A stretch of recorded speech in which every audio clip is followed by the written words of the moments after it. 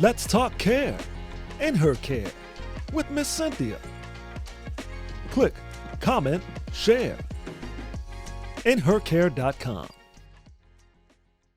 What is your approach to discipline and how do you handle behavioral issues in the preschool setting, classroom, and home care? That's always a funny conversation. When I talk to my parents, I always tell them I'm a broken record all day. I'm pretty much a ref. With kids this age, they need a lot of redirection.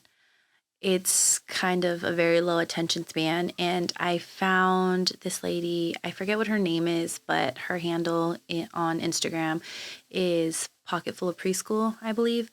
And I came across it one day and she had this TPT resource that you could buy, and it's called Red Choices and Green Choices. And I don't think I've ever looked back since I've gotten that. It has worked the best for my kids. I just think it allows the kids to really think about what they are doing rather than just being like, hey, no, don't do that. I try to explain to them and talk to them about things that happen like throughout the day with their friends. And these are like important life lessons because this is what they're going to take into kinder. This is what they're going to take into school. This is what they're going to take when they go to the playground and they're not with me and they're with their parents and they're at the park over the weekend or whatever. So red and green choices is pretty much, are you making a green choice? It's thumbs up.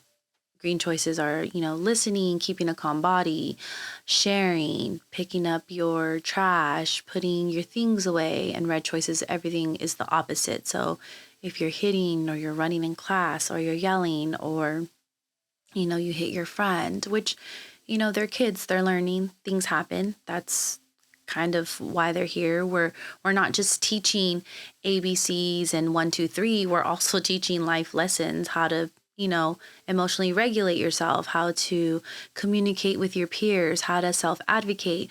So red and green choices really helps with that, where I'll be like, hey, are you making red and green choices right now? And they'll let me know. And I'm like, okay, can we make that red choice? Can we turn that into a green choice? Because that's another thing that I think helps the kids is understanding that just because they're making red choices doesn't mean that they can't turn it around and make a green choice. Like as adults, we can wake up and have a bad day. We can wake up and we're tired. Like maybe we didn't want to go to work. Maybe we have an attitude, but we can also choose to switch our day up and be like, okay, I'm not going to be negative. I'm going to be positive, or, I'm not going to have an attitude with my coworker. It's the same thing for kids, just at a, younger level. And you're teaching them that. You're teaching them that, hey, like, I understand you're tired, but can we try to communicate? Maybe you need to let your friend know, like, hey, I just don't want to play right now. Like I just want to play by myself. So it's those little moments where you're able to teach those things, especially when it comes to like behavior and discipline in those senses. Like you can tell a kid no all day, but they're not going to understand why.